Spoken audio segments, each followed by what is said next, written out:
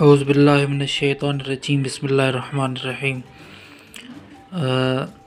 آج جو ہم سلسلہ رمل کا جو آج کا ہمارا ٹاپک ہے وہ ہے نبض دیکھنا، کہ نبض جو ہے وہ کیسے دیکھی جاتی ہے۔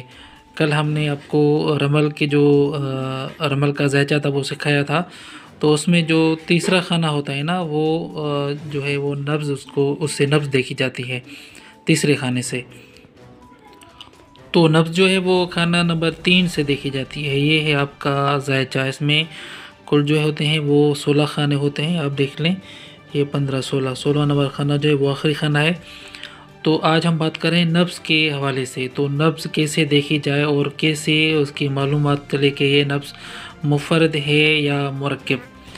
اب دیکھیں کہ مریض کی یہ پیشنٹ ہے، آپ کا یہ پیشنٹ ہے، یہ اس کے مرض کا خانہ ہے، یہ ہم بعد میں اس کو ڈسکس کریں گے، لیکن اس سے پہلے ہم کریں گے کہ مریض کی جو نبض ہے وہ کیسی ہے۔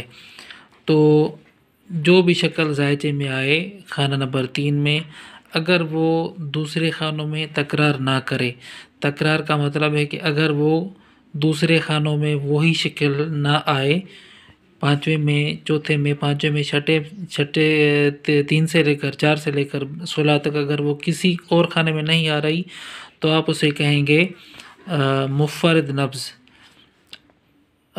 تیسرے خانے کی شکل،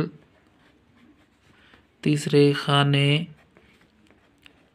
کی شکل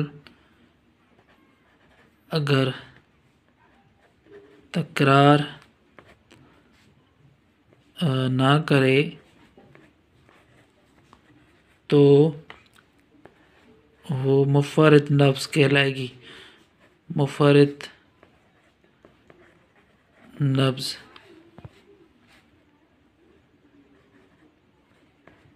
کہلائے گی۔ اگر یہی شکل یہ کسی اور خانے میں تکرار کرے، کسی بھی خانے میں تکرار کرے، تو اس کو ہم کہیں گے کہ تکرار کرنے والی، تکرار خانہ نمبر 3 میں آنے والی شکل اگر تکرار کرے تو اس کو ہم مرکب نبض کہیں گے۔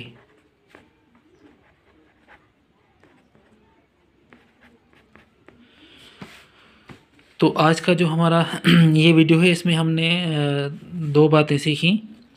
سلسلہ رمل کا نبض دیکھنا، یہ دیکھیں، یہ تیسرے خانے میں جو بھی شکل آئے گی، اگر وہ کسی اور خانے میں تکرار کرے گی تو اس کو ہم مرکب نبض کہیں گے۔ اگر صرف اسی خانے میں ہے اور کہیں پہ اس نے تکرار نہیں کی ہے، تو اس کو ہم منفرد نبض کہیں گے۔ تو رمل کے حوالے سے یہ چیزیں آپ ذہن میں رکھ لیں اور اس پر آپ عبور حاصل کر لیں، تو انشاءاللہ تعالیٰ اور بھی ہم آگے چیزیں سیکھتے جائیں گے، اور یہ تشخیص کا جو سلسلہ ہے وہ ہم اس کو پایہ تکمیل تک پہنچائیں گے انشاءاللہ۔